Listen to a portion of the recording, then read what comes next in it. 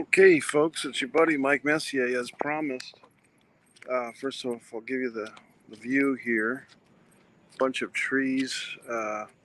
It's August. I don't know if it's late August. I guess it's late August, mid to late August, 2021. Films are here. The movies are open, by the way.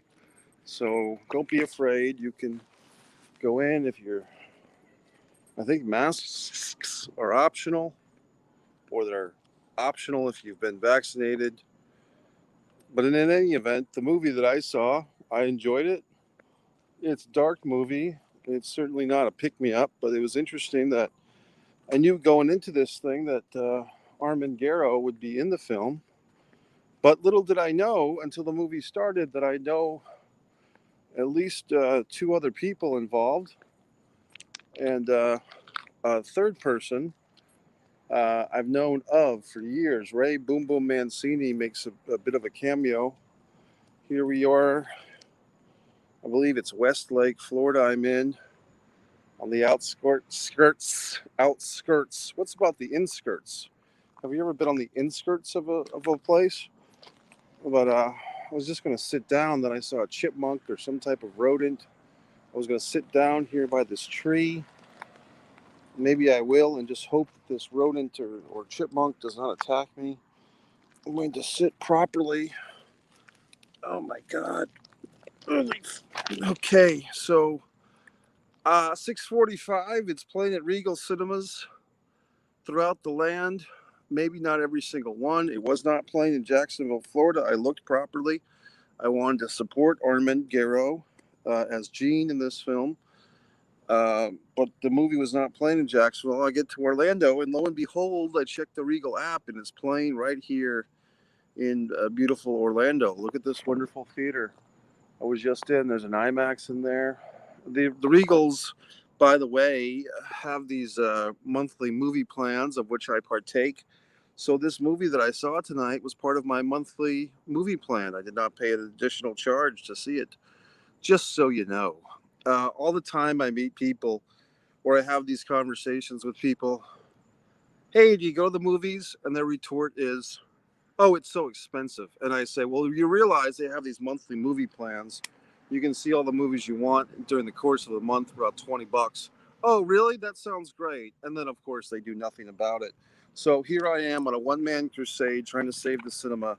And yet you can't talk logic to these people. So what did I think of the film? I enjoyed it. It's dark. It is the, Groundhog Day of horror films, best way to describe it. I don't think that's giving too much away, but now I'll go into this. First of all, give some shout outs to the people that I know were involved in this thing. Armin Garrow, of course, as Gene, the bed and breakfast owner, as I interpreted it. And then Michael Reed, a guy that I haven't seen in a long time. In fact, when I saw the name Michael Reed across the screen, I had to do a double take and say, oh my goodness, is this the same guy that I used to know so many years ago?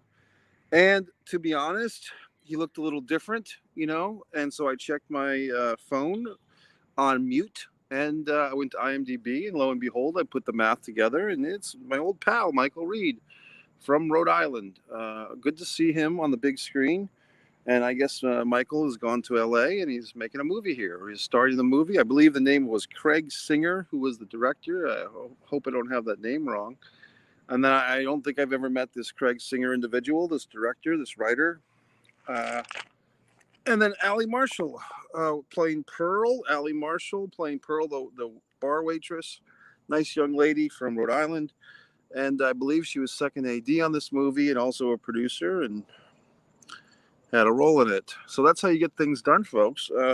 Hats off to them. If I was wearing a hat, I'd take it off and say hats off, because to make a movie happen, you can sit around and wait for that phone to ring. It's not always going to ring. So you've got to make the movie yourself. And that's what these individuals have done. And here it is. I'm in Florida, and I've just seen a movie with people I've known for years and haven't seen some of them in a while. It's, so on and so forth, but good for them. Very good. I like the movie. Some spoilers. It's another one of those movies that takes you, spoilers, it takes you inside the mind of the bad guy, and you don't know the bad guy is the bad guy until pretty deep into the film.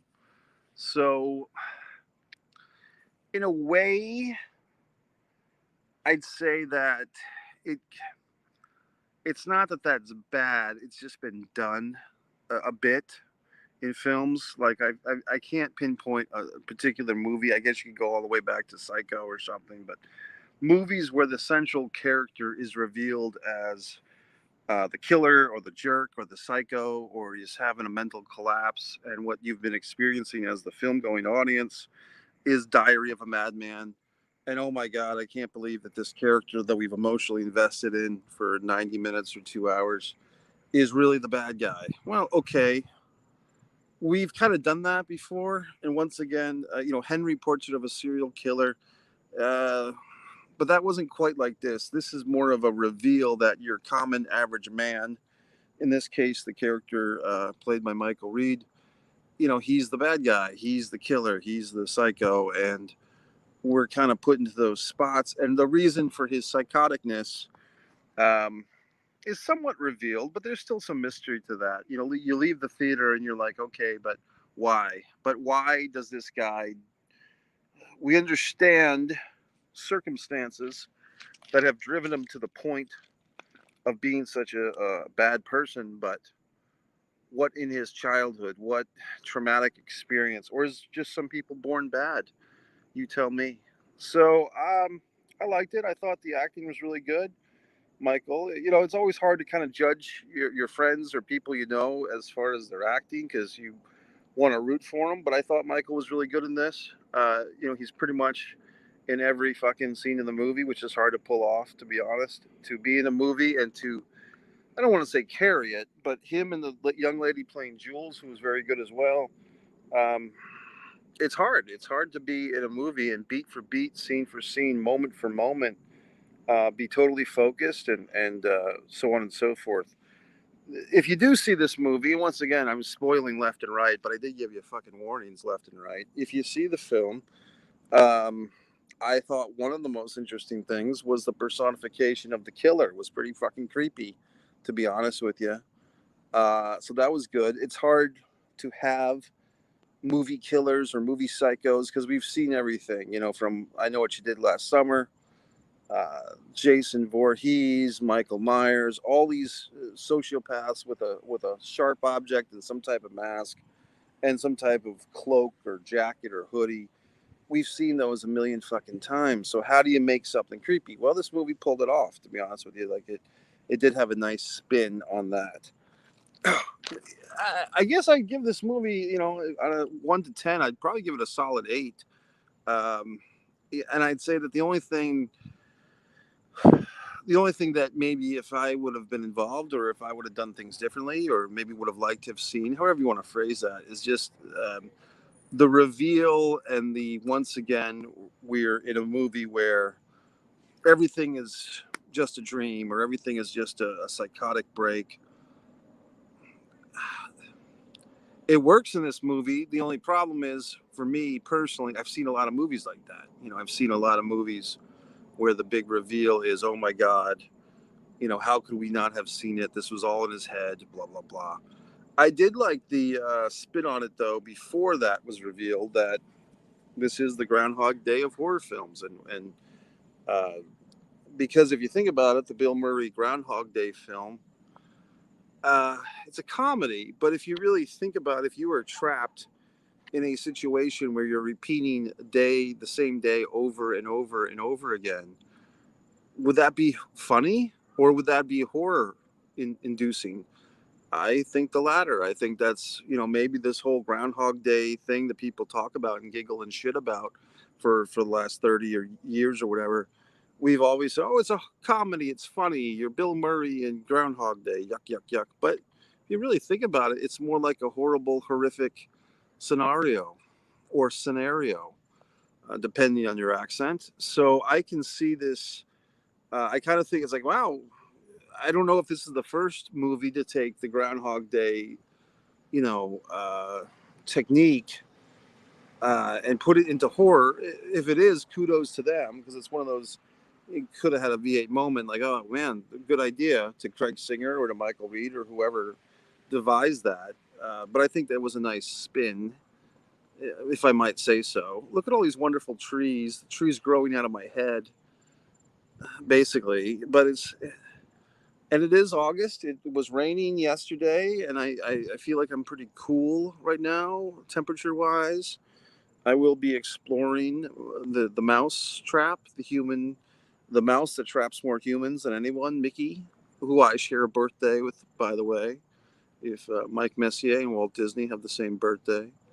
So I will be exploring Disney and Epcot and so on and so forth, and coming at you with more videos. Subscribe to Mike Messier YouTube channel. I guess this was kind of cool for me, to be honest with you, because here I am in this movie theater in the middle of wherever the fuck, Wakeland, Florida, on a Sunday night, and I'm seeing people that I've broken bread with. I've sat there in cantinas and bars with Michael Reed and Ali Marshall to a lesser extent, and Armin Garo, of course, who, as I mentioned, does appear in a film that I co-wrote, The Manor.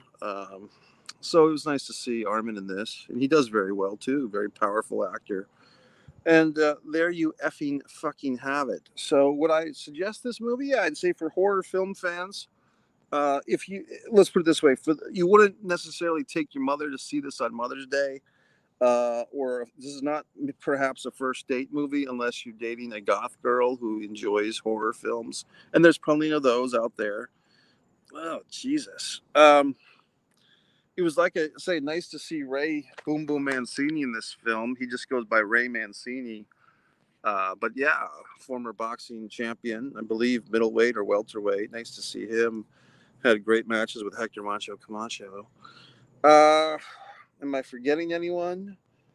I don't think so. I probably am, but like I said, it was just kind of cool, Like you live your life, you do things, you don't see people for a while. You go to a movie theater in the middle of fucking Florida, and you see your old pal on a big movie screen, and you say, "Oh, gee whiz, look at that!" So kudos to him, Armin, of course, and Ali Marshall, very good, and everything's excited.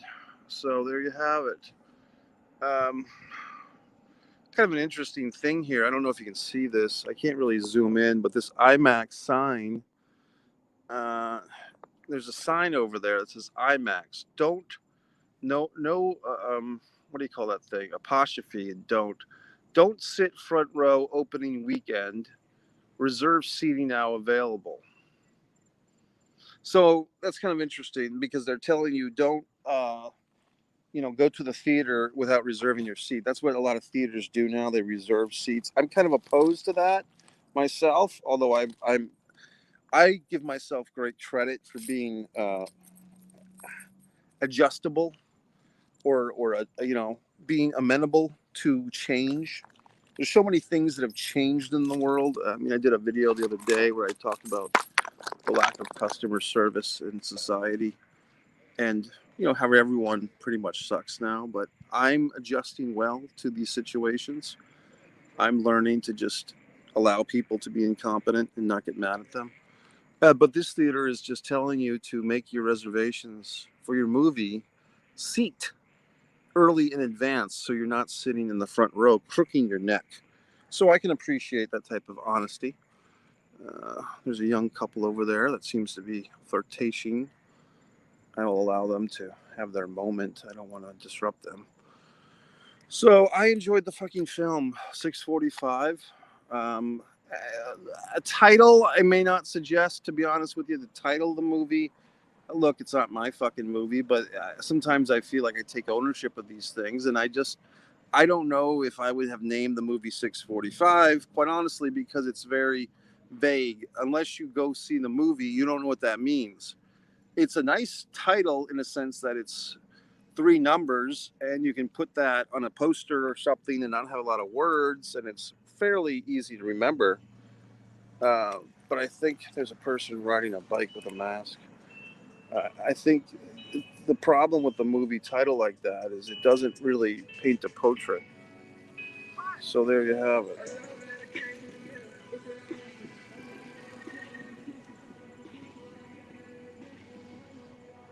So I don't know what to make of that. That was some guy running a tricycle with like a Day of the Dead fucking mask. I don't know what to say to that. I mean, I don't know if it's legal to be riding a tricycle with a Day of the Dead mask. Oh God, I don't know what to say. I mean, he's trying to scare me like he's in a horror movie himself. Now I'm being stalked. Odd. Well, anyway, there you have it, folks. It's a good movie. I enjoyed it. And subscribe to Mike Messier YouTube channel. Of course, The Impeccable, Blood Sugar Sedace, Disregard the Vampire, an 11 award-winning Mike Messier documentary, Mike's Instant Movie Reviews, and so on and so forth. Have a nice night. Thanks for watching.